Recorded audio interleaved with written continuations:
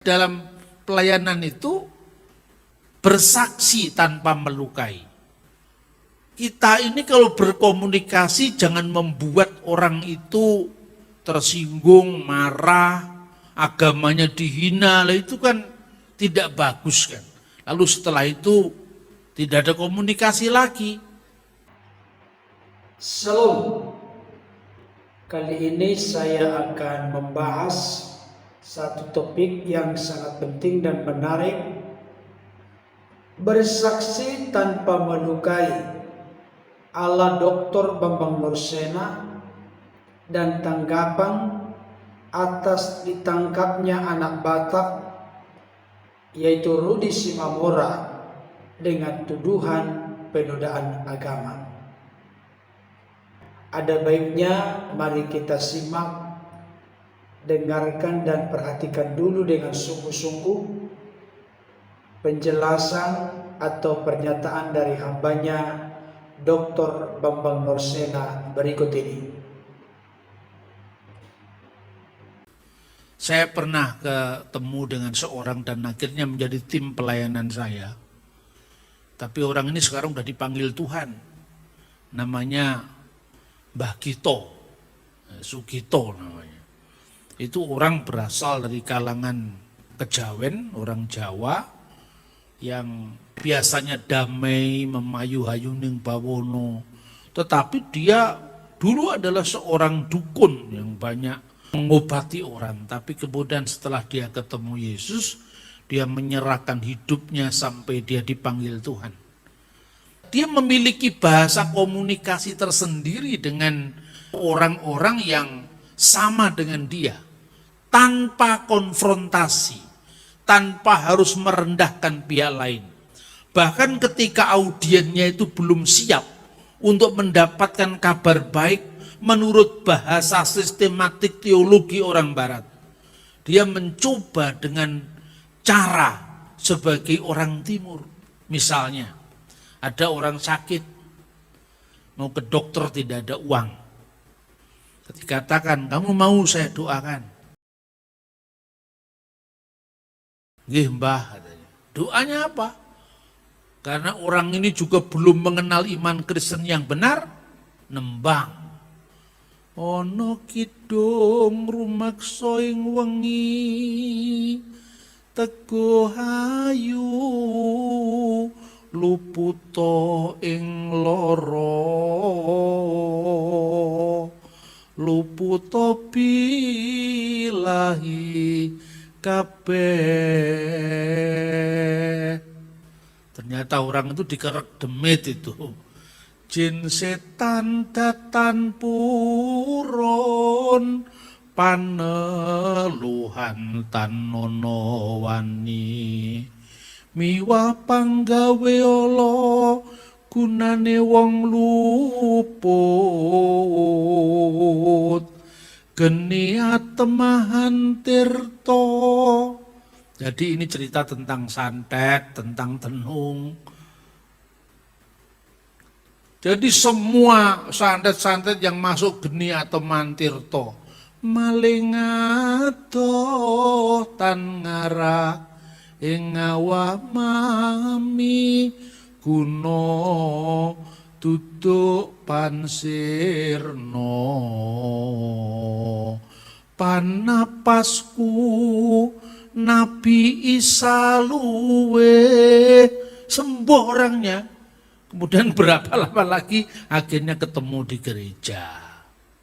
Tapi tidak ada konfrontasi di sana. Karena apa?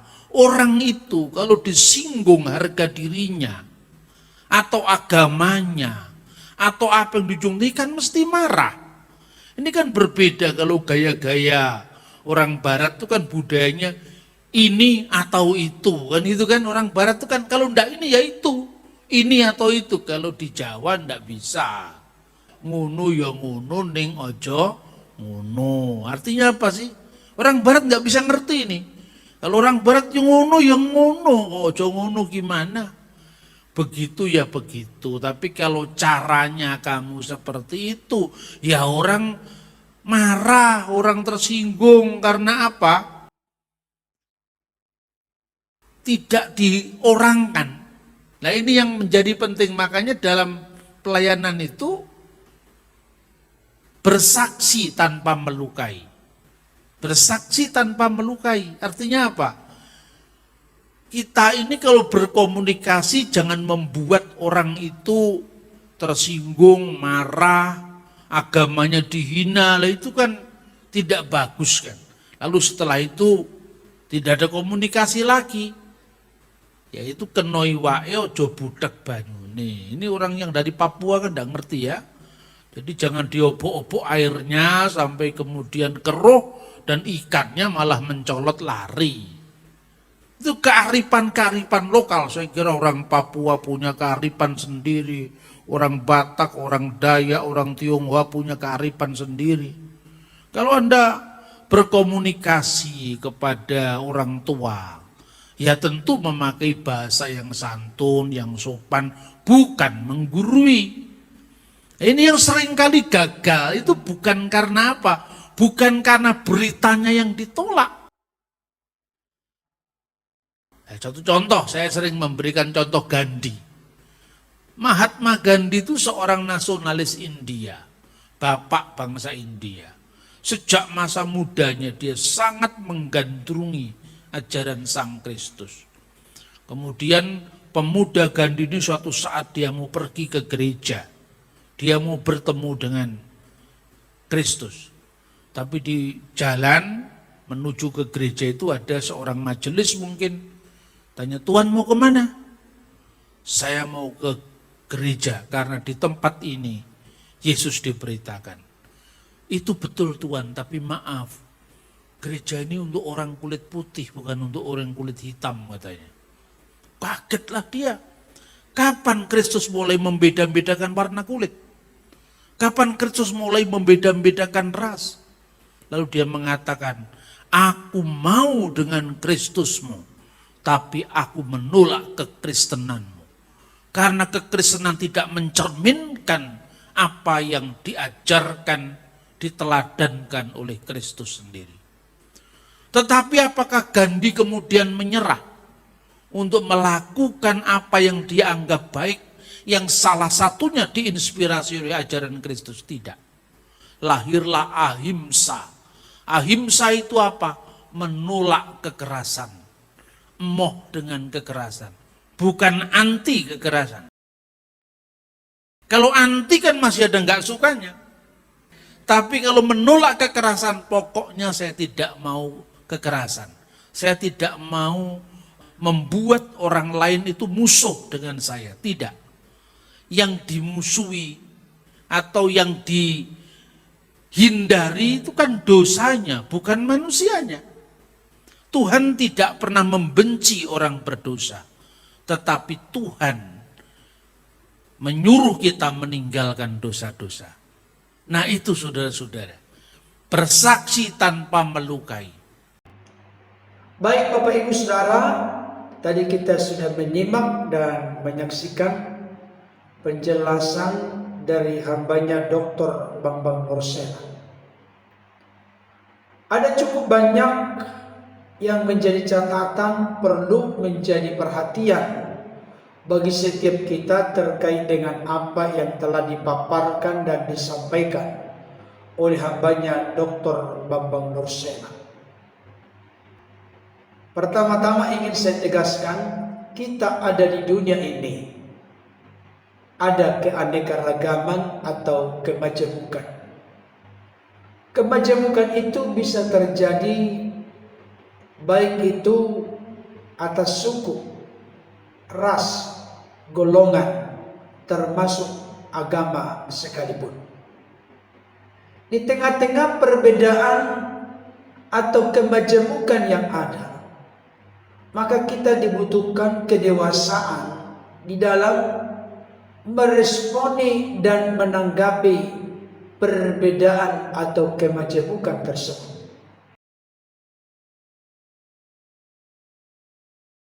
Saya pikir kalau Tuhan ingin atau menghendaki semuanya menjadi seragam, tidak ada perbedaan, tidak ada kemajemukan, maka Tuhan sanggup melakukannya sebab tidak ada perkara yang mustahil baginya.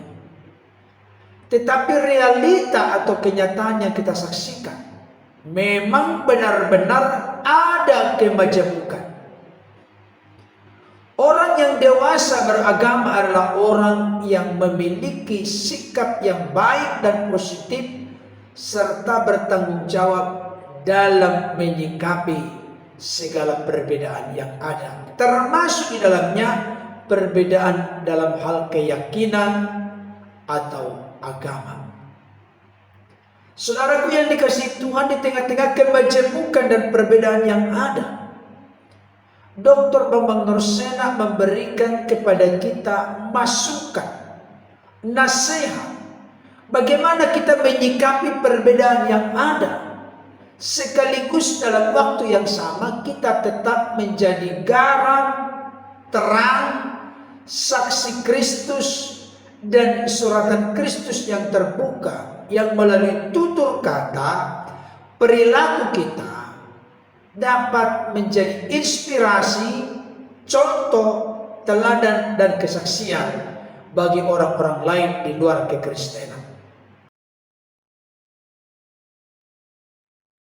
Saudara-saudara yang dikasihi Tuhan, beliau memberikan satu contoh pengalamannya terkait dengan ada seseorang yang akhirnya menjadi tim pelayanan beliau, di mana tim pelayanan beliau yang sudah meninggal ini semasa hidupnya, ketika sudah benar-benar terbuka percaya menerima Yesus sebagai Tuhan Juru Selamat, beliau melakukan pendekatan yang sangat bagus, sangat indah, sehingga pada akhirnya orang-orang yang dilayani itu, orang-orang yang diberi perhatian, ditunjukkan kasih itu, akhirnya bergereja, akhirnya terbuka, percaya menerima Yesus sebagai Tuhan dan Juru Selamat. Itu pengertian yang secara umum dalam konteks kekristenan.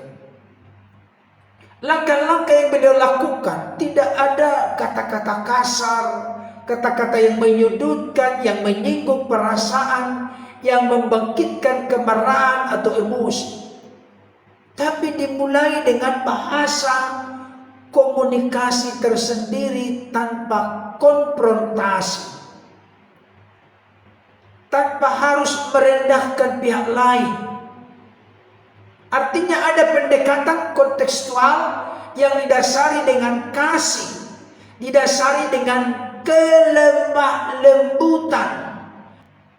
Kita tahu bersama salah satu dari 9 karakteristik buah roh adalah kelemah lembutan.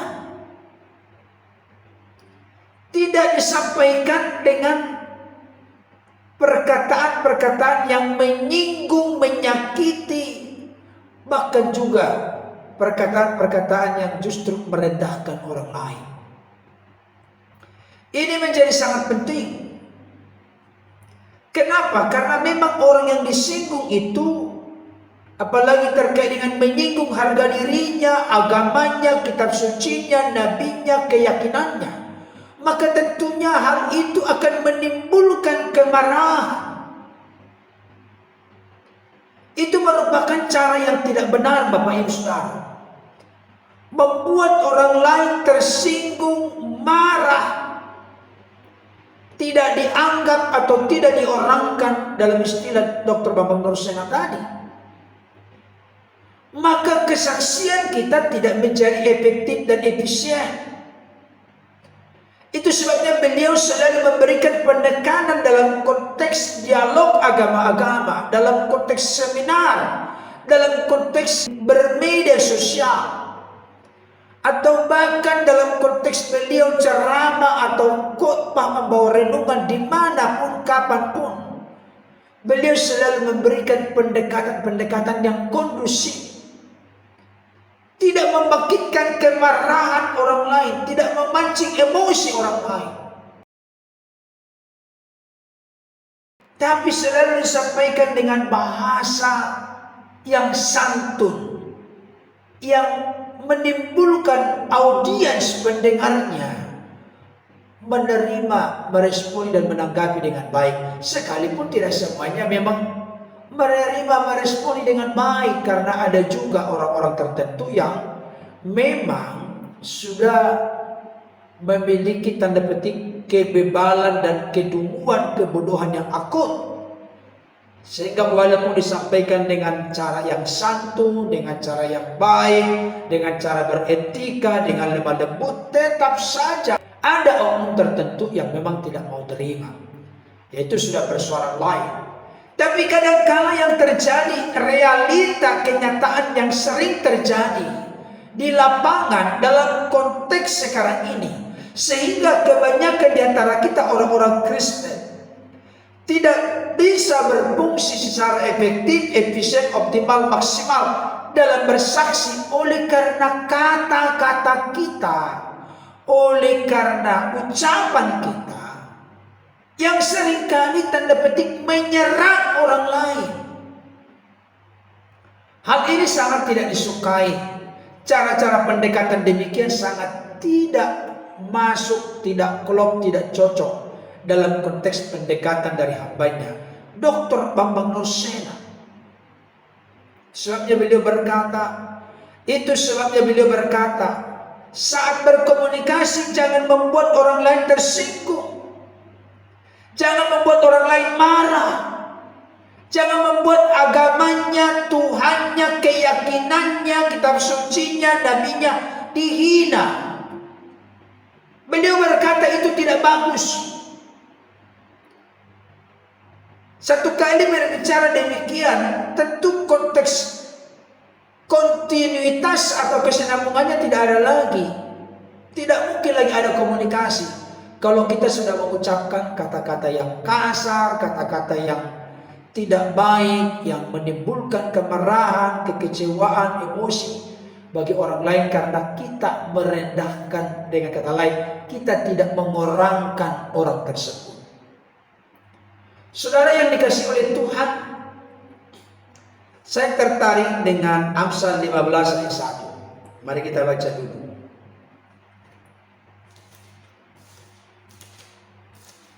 Dikatakan demikian, jawaban yang lemah lembut meredakan kegeraman, tetapi perkataan yang pedas membangkitkan marah.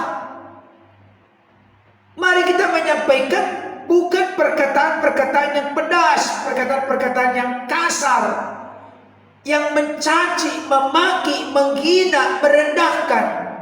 Itu pasti menimbulkan ketersinggungan, kemarahan, emosi. Marilah kita memakai perkataan yang lemah lembut.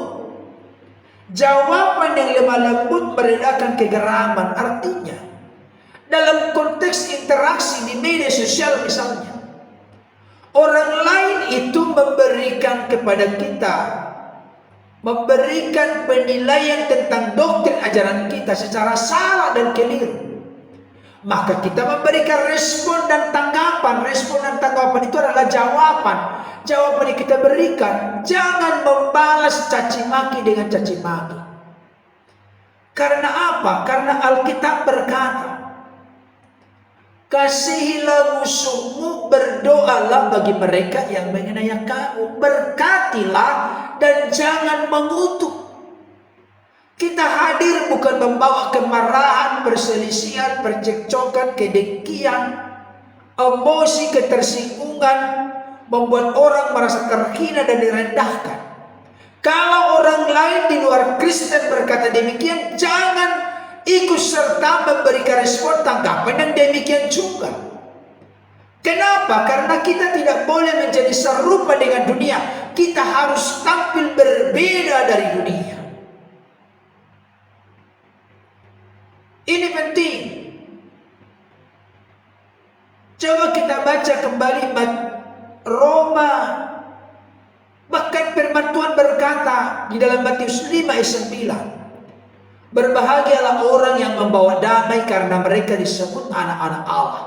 Jadi kita ini menghadirkan damai, menghadirkan sejahtera, sukacita, bukan kemarahan, ketersinggungan. Nah, sekarang saya kaitkan dengan tanggapan atau respon saya atas ditangkapnya anak Batak yang bernama Rudy Simamora atas tuduhan penodaan agama. Saya mau sampaikan beberapa video dari saudara kita, anak Batak, saya tonton. Sebenarnya beliau itu menurut saya salah satu aset dari apologet Kristen di media sosial, di YouTube atau di media sosial lain. Tapi ada satu yang merupakan kritikan dan masukan saya. Sekalipun ada orang yang berargumen, anak Batak ini dasar beliau ditangkap karena dianggap menghina dan merendahkan sesembahan agama lain. Itu dibuat atas reaksi dari video yang diunggah oleh saudara lain sebelumnya. Misalnya menjawab pernyataan thumbnail atau ulasan dari Julius HMC. Kalau misalnya disimpulkan Julius HMC itu melakukan sesuatu yang tidak benar terkait dengan Yesus, maka kita tidak boleh menjawabnya dengan cara yang sama juga. Kalau kita menjawabnya dengan cara yang sama, berarti kita tidak berbeda dari mereka. Sampai Roma 12 ayat 18 sampai 21 berkata begini. Sedapat-dapatnya kalau hal itu bergantung padamu, hiduplah dalam perdamaian dengan semua orang, siapapun dari suku, ras, golongan, agama apapun. Kita harus hidup dalam perdamaian kepada mereka. Itu kebenaran firman Tuhan. Saudara-saudaraku yang kekasih, janganlah kamu sendiri menuntut pembalasan, tetapi berilah tempat kepada murka Allah, sebab ada tertulis, pembalasan itu adalah hakku. Akulah yang akan menuntut pembalasan, firman Tuhan. Jadi tugas kita bukan membalas kejahatan dengan kejahatan. Kalau ada orang salah menilai atau menghina, mencaci maki, merendahkan kekristenan, kita ingatkan, dasari dengan kasih. Jangan kawan, tidak boleh perkataan-perkataan kotor keluar dari mulut kita. Kita harus pakai perkataan yang membangun. Di antara sesama kita manusia, sekalipun berbeda keyakinan atau berbeda kepercayaan. Itu saja tugas kita. Tidak mungkin kita membalasnya dengan mencaci maki. Kan nanti lama-kelamaan orang akan berpikir, jangan-jangan itulah doktrin ajaran mereka, keyakinan mereka.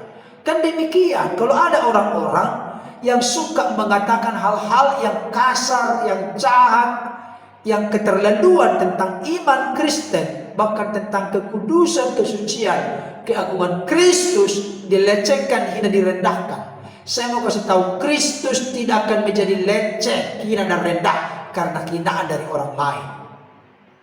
Tapi Kristus tetap mulia, tetap adalah jalan kebenaran dan hidup.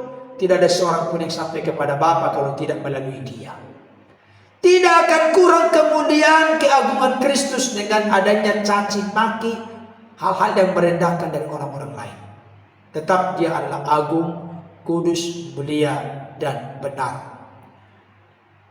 Jadi biarlah pembalasan itu tugas Tuhan. Kita doakan supaya Tuhan yang mendidik, menegur, dan mengajarnya sesuai dengan cara Tuhan. Saya tidak berkata tidak boleh menempuh jalur hukum, karena negara kita ini adalah negara berdasarkan hukum, di mana dalam konteks di mata hukum kita sama hak dan kedudukannya. Tidak masalah, tapi tidak perlu kita menjawabnya dengan mengucapkan kata-kata yang menghina sesembahan, kitab suci, keyakinan, nabi, agama orang lain. Tidak perlu. Mungkin kita akan berkata, kan Yesus juga berkata, hai keturunan ulat beludak. Itu kan bukan lemah lembut. Pertanyaan saya, Sudahkah kita benar dulu cara kita? Atau jangan-jangan kebencian, kemarahan, kekesalan yang mewarnai hidup kita?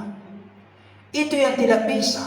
Saya katakan, anak Batak Rudi Simamora itu sebenarnya aset yang sangat bagus dalam konteks berapologetika di Indonesia. Tapi cara-cara pendekatannya perlu banyak belajar dari Dr. Bambang Nursena. Beliau tidak mau menyinggung, mencampuri urusan agama, keyakinan, kitab suci, nabi orang lain. Tapi ketika ada orang lain yang menyalahpahami doktrin ajaran kekristenan, maka tugas beliau ada di garis depan untuk memberikan respon tanggapan dalam rangka meluruskan kegagalpahaman, kekeliruan, kesalahpahaman dari orang-orang di luar kekristenan. Saya pikir kita lebih safety, lebih aman, dan itu lebih alkitabiah daripada kita masuk terperangkap menjadi serupa dengan orang-orang di luar sana. Apa yang menjadi sikap kita? Ayat 20. Tetapi jika seterumu lapar, berilah dia makan. Jika ia haus, berilah dia minum. Dengan berbuat demikian, kamu menumpukan bara api di atas kepalanya. Seteru itu adalah musuh. Orang yang tidak suka dengan kekristenan, yang mencaci maki, menghina, merendahkan Kristus dan doktrin ajaran kekristenan. Ketika dia lapar, beri dia makan. Haus, beri minum. Dengan demikian seperti menumpukan bara api di atas kepalanya. Lama-kelamaan dia akan sadar.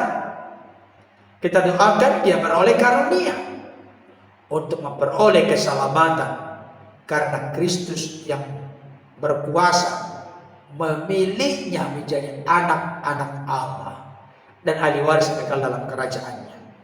Janganlah kamu kalah terhadap kejahatan, tetapi kalahkanlah kejahatan dengan kebaikan.